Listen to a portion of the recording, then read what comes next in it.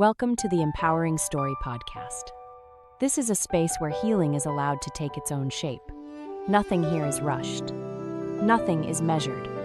We listen to what's already present and to what might be ready to move in its own time. You spend the daylight hours scanning your environment for threats, managing a baseline of exhaustion, only to be punished in the dark by racing thoughts, fragmented sleep, and vivid nightmares. Confronted with that level of mental fatigue, the natural instinct is to try and make sense of the pain. We want to pull apart the narrative and find the exact story of why we are suffering. You wake up in a cold sweat and immediately begin decoding the terror. You try to assign meaning to the sensation of falling, the monstrous faces, or the scenarios that seem to play on a loop. Treating those terrifying images as a puzzle to solve keeps you stuck. Focusing on the specific narrative content of a nightmare is a trap that blocks actual recovery. Every night, your brain undergoes a deliberate chemical restructuring. The prefrontal cortex, the anatomical region responsible for logic, reason, and fact-checking, is actively powered down. At the exact same moment, the amygdala, your brain's threat detection center, spikes in activity, flooding your nervous system with intense physical fear. You are applying waking logic to a biological state where logic was chemically severed. The impossible physics, the feelings of paralysis, and the monstrous faces do not contain a hidden psychological message you need to unravel.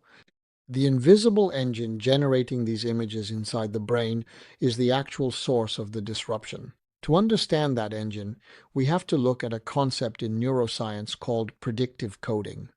Your brain does not record the outside world passively, like a video camera. It actively guesses what is going to happen next, building your moment-to-moment reality out of those expectations. During the day, your brain runs a continuous simulation, kept in check by data hitting your senses, correcting guesses in real time. When you sleep, sensory input turns off. The barrier disappears, but the simulation keeps spinning freely. Without external data to correct its math, a dream is simply your brain's predictive model. Running unconstrained, the exact same neurological machinery builds the world you walk through during the day and the nightmares you endure at night. The only variable is the presence or absence of a leash. Early trauma and abuse rewrite the baseline roles of this construction process. To survive a hostile environment, the developing brain recalibrates its predictions. It determines that missing a threat is fatal, so it prioritizes danger above everything else, baking the expectation of harm directly into its models. Trauma alters the lens of reality itself. Because their internal models expect danger, trauma survivors construct and perceive a waking reality that is measurably more hostile than someone without a trauma history. In the daylight, this threat-biased engine fills in ambiguous sensory gaps with danger, locking the nervous system into a chronic state of hypervigilance. In the dark, when the sensory input turns off, this identical threat-heavy model is left alone to build its own world. It generates intense, terrifying simulations completely unchecked by reality. The brain is executing a highly rigid predictive model designed to protect the body based on past signals. Since trauma is structural, fighting the content of your perception or decoding dream symbols doesn't reach the root of the issue.